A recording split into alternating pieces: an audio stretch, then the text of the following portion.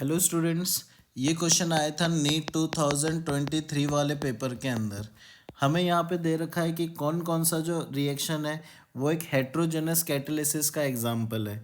मतलब इस रिएक्शन में जो कैटलिस्ट यूज़ हो रहा है उसकी फिजिकल स्टेट और जो रिएक्टेंट है उसकी फिजिकल स्टेट सेम है कि नहीं। तो इसको अपन समझते एक एक करके, जो ऑप्शन है वो सारी रिएक्शन लिख के आपको समझाता हूँ। जैसे अगर पहली रिएक्शन की बात करें तो शुगर का हाइड्रोलिसिस कराना है H+ की प्रेजेंस में। तो शुगर अपने पास होता है सुक्रोज, तो उसका हाइड्रोलिसिस एक बार करा के देख लेते हैं। हम लोग हाइड्रोलिसिस एक्वस मीडियम में कराते हैं। हाइड्रोलिसिस मतलब H2O भी होगा अपने पास, और एसिडिक मीडियम में करा रहे तो H+ एक्वस भी देखने को मिलेगा यहाँ पे। उसके अलावा अगर हाइड्रोलिसिस कराते हैं तो हमें पता है सुक्रोज के हाइड्रोलिसिस से एक तो ग्लूकोज बनता है, एक अपने पास बनता है फ्रक्टोज। तो ये कंप्लीट हाइड्रोलिसिस वाली रिएक्शन है। तो अगर यहाँ पे ध्यान से देखोगे कि जो कैटलिस्ट है अपने पास है वो है H+, और जो मेन अपने पास रिएक्टेंट पार्ट है वो भी अपने पास ग्लूकोज, ये दोनों के दोनों सेम फिजिकल स्टेट में, एक्वस स्टेट में। इसका मतलब अपने पास ये है ना, सेम फेज में हो गए। तो इसको अपन होमोजेनस के अंदर काउंट करेंगे, तो ये अपना आंसर नहीं होगा। वापस से बता दूं कि फिजिकल स्टेट एक्वस और एक्वस सेम है, तो ये किसका एग्जाम्पल हो गया? होमोजेनस कैटलिस्ट का एग्जाम्पल हो गया। एक बार बाकी ऑप्शंस के अंदर चलते हैं। तो सेकंड ऑप्शन में देखो अपने पास बोला है ओजोन का डिकम्पोजिशन कराना है NO के प्रेजेंस में।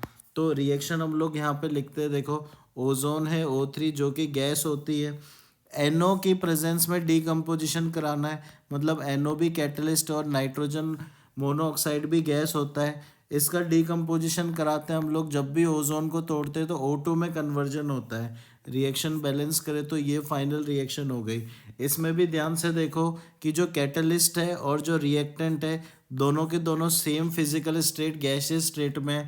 मतलब ये भी अपने पास होमोजेनस कैटालिसिस का एग्जाम्पल हो गया। तो इसको भी होमो लिख दिया अपन ने। फिर आते हैं रिएक्शन नंबर थर्ड में। थर्ड के अंदर हमें बोला है कि नाइट्रोजन और हाइड्रोजन की रिएक्शन है जिससे अमोनिया बनाना है, उसमें आयरन कैटलिस्ट यूज़ आ रहा है। तो ये रिएक्शन हम लोग पढ़ते हैं हेबर्स प्रोसेस के अंदर। क्या नाम है? हेबर्स प्रोसेस, जिसमें अमोनिया का प्रिपरेशन होता है। पी ब्लॉक के अंदर इसको पढ़ते हैं हम लोग। तो नाइट्रोजन और हाइड्रोजन कंबाइन करने हैं अपने को, और Fe की प्रेजेंस में, जो कि Fe मेटल है तो सॉलिड स्टेट में एग्जिस्ट करेगा और हमारा प्रोडक्ट अमोनिया बनेगा। तो यहाँ ध्यान से देखो कि जो कैटलिस्ट है उसकी फिजिकल स्टेट है सॉलिड, और जो रिएक्टेंट है उनकी फिजिकल स्टेट आ रही है गैशियस।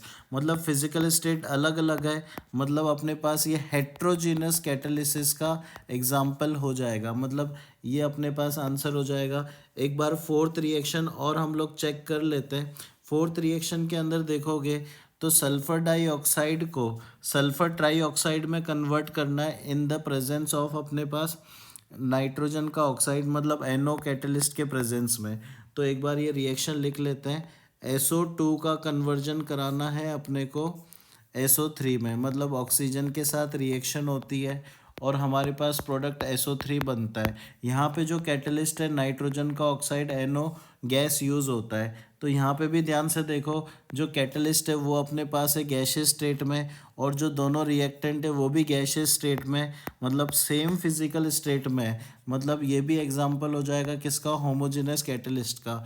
तो फाइनल ओनली थर्ड ऑप्शन में ही हेट्रोजेनस कैटालिसिस का एग्जाम्पल दिख रहा है, इसलिए फाइनल आंसर भी थर्ड ऑप्शन हो जाएगा।